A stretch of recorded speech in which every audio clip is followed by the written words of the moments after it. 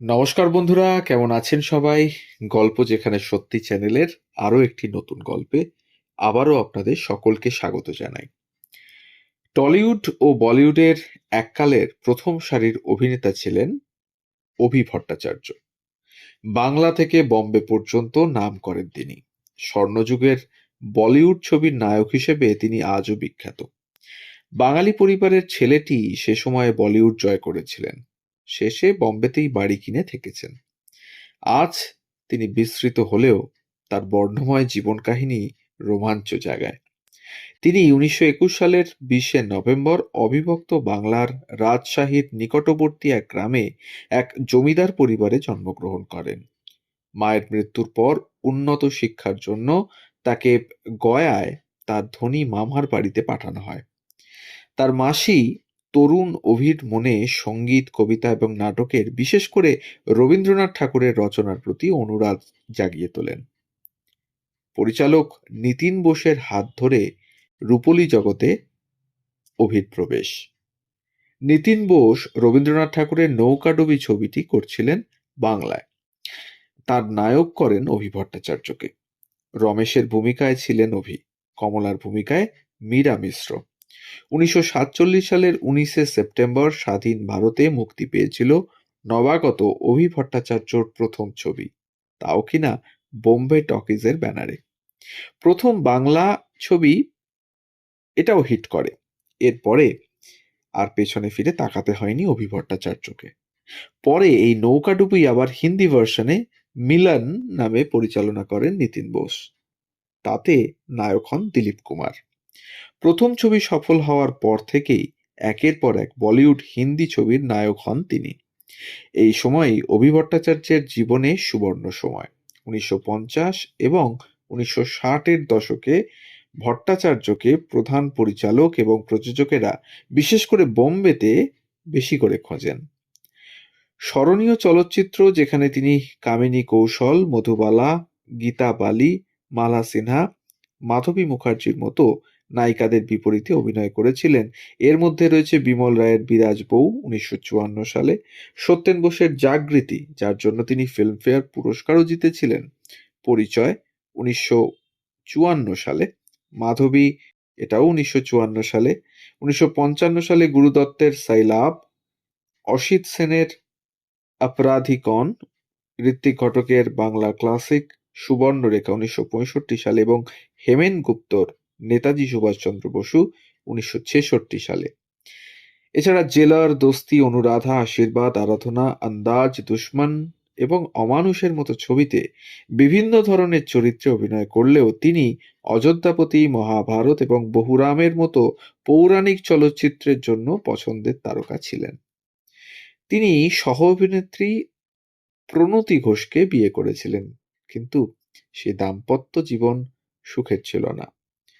অভি ভট্টাচার্য জীবনে কোনো তিক্ততা না দেখিয়ে প্রতিকূলতার সম্মুখীন হয়েছিলেন এবং একজন সাধু প্রকৃতির শিল্পী হিসেবে পরিচিত ছিলেন, যিনি চলচ্চিত্র জগতে প্রায়শই প্রতারিত হতেন। জাগৃতি, বিরাজ বউ, আপরাধিকন, অনুরাধা, শোলা ও শবনম তার কেরিয়ারের সব আইকনিক হয়ে ওঠা হিট হিট ছবি। এই ছবিগুলির জন্যই তিনি ভারতীয় ছবিতে আলোচিত হতে পারেন আজও। বাংলাতেও ঋত্বিক ঘটকের অমর সৃষ্টি সুবর্ণরেখা ছবির লিড নায়ক ছিলেন অভি ভট্টাচার্য। মাধবী মুখোপাধ্যায়ের বিপরীতে অভিনয় করেছিলেন। ঋত্বিকের মেঘে ঢাকা তারা, কোমল গান্ধার, এরপরে দেশভাগ ট্রিলজির তৃতীয় ছবি ছিল এটি। অভি ভট্টাচার্য অভিনীত এই চরিত্র এবং ছবিটি বিপুল আলোচিত এবং প্রশংসিত হয়েছিল। অভি যেমন বলিউডের বাণিজ্যিক ছবি করেছিলেন, তেমন ঋত্বিক ঘটকের 8 ছবিতেও ছিলেন একেবারে নিখুঁত। এরপরে তিনি আবার ফিরে যান বলিউডে। বিমল রায়, গুরু দত্ত, শক্তি সামন্ত, সত্যেন বোস, রমেশ সিপ্পি, ঋষিকেশ মুখোপাধ্যায় প্রমুখ পরিচালকের ছবিতে অভিনয় করেন তিনি। দেবকী কুমার বসুর তামিল ছবি রত্নদীপম 1953-এও অভিনয় করেন তিনি। তবে 60-এর দশকের শুরু থেকেই নায়ক রোলের সমাপ্তি ঘটে তার কেরিয়ারে। আর তারপরে চরিত্রাভিনেতার চরিত্রে আরাধনা, অমর প্রেম, সীমা, এসব বেশ কিছু ছবিতে খুব উচ্চমানের কাজ করেন তিনি। ভিলেন রোলও করেছিলেন বিনোদ খান্না এবং যোগিতা বালি অভিনীত মেম সাহেব ছবিতে।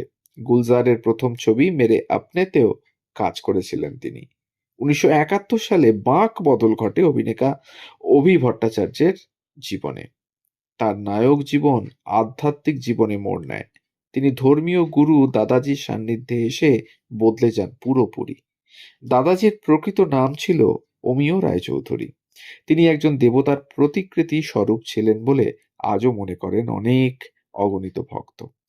শোনা যেত এই দাদাজির জন্মের সময় আতুর ঘরে গোলাপ আর চন্দনের সুবাসে ভরে যায়।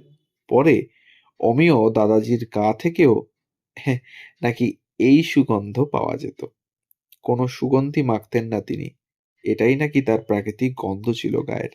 বিশেষ করে এই সুগন্ধের জন্য দাদাজি সর্বত্র জনপ্রিয় এবং পূজনীয় হয়ে উঠেছিলেন। পরে মাত্র 9 বছর বয়সে 2 বছরের জন্য তিনি বাড়ি থেকে উধাও হয়ে যান।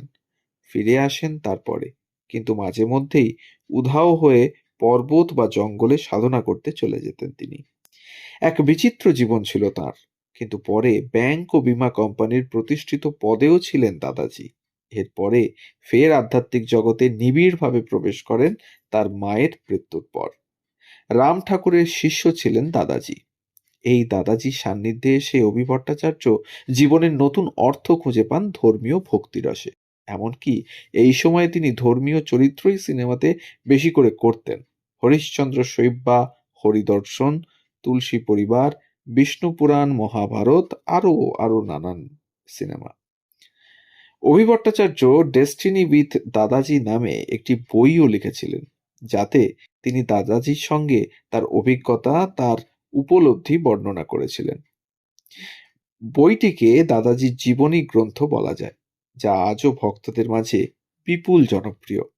তবে যে শান্তির খোঁজেই অভি এ পথে যান না কেন, সে সময় একজন রূপলী পর্দার অভিনেতার এই আধ্যাত্মিক জীবনে প্রবেশ বেশ আলোচিত বিষয় হয়ে ওঠে।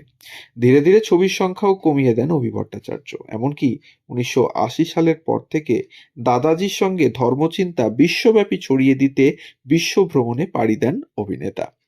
এরপরে কিছুদিন অভির মুম্বাইয়ের বাড়িতে ছিলেন দাদাজি। পরে কলকাতার সোমনাথ হলে অভি ভট্টাচার্য দাদাজির ধর্মচিন্তার উৎসব ও সম্মেলনের আয়োজন করতেন। বাপ্পি লাহিড়ীও খুব আসতেন দাদাজির আশীর্বাদ নিতে। অভি ভট্টাচার্যর স্ত্রীর নামের কথা তো বললাম, প্রণতি ঘোষ। সে সময় একটা মজার ব্যাপার চালু ছিল অভি ভট্টাচার্যের ঘুম নিয়ে। সবাই জানতেন, দেখেও ছিলেন অনেকে, যে যেখানে যেখানে মানে যেখানে সেখানে যে কোনো অবস্থায় অভি ভট্টাচার্য ঘুমিয়ে পড়তে পারতেন। এমনকি দাঁড়িয়েও ঘুমোতে পারতেন তিনি। সুবর্ণরেখা ছবি যদি অভি ভট্টাচার্যকে বাংলায় প্রশংসা এনে দেয়, তাহলে বলিউডের বক্স অফিসের সাফল্য ও সর্বভারতীয় পরিচয় দিয়েছিল সত্যেন বসুর জাগৃতি ছবি। এই ছবির জন্যই ফিল্মফেয়ার সম্মান পান তিনি। ছবিটা রাষ্ট্রীয় পুরস্কারও পেয়েছিল। তবে এসবের ঊর্ধ্বে জীবনকে তিনি সমর্পণ করে দিয়েছিলেন দাদাজির চরণে।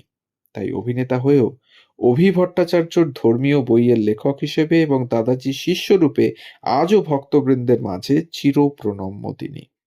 1993 সালের 11ই সেপ্টেম্বর মারা যান এই আধ্যাত্মিক অভিনেতা। তো বন্ধুরা, এই ছিল আজকের গল্প।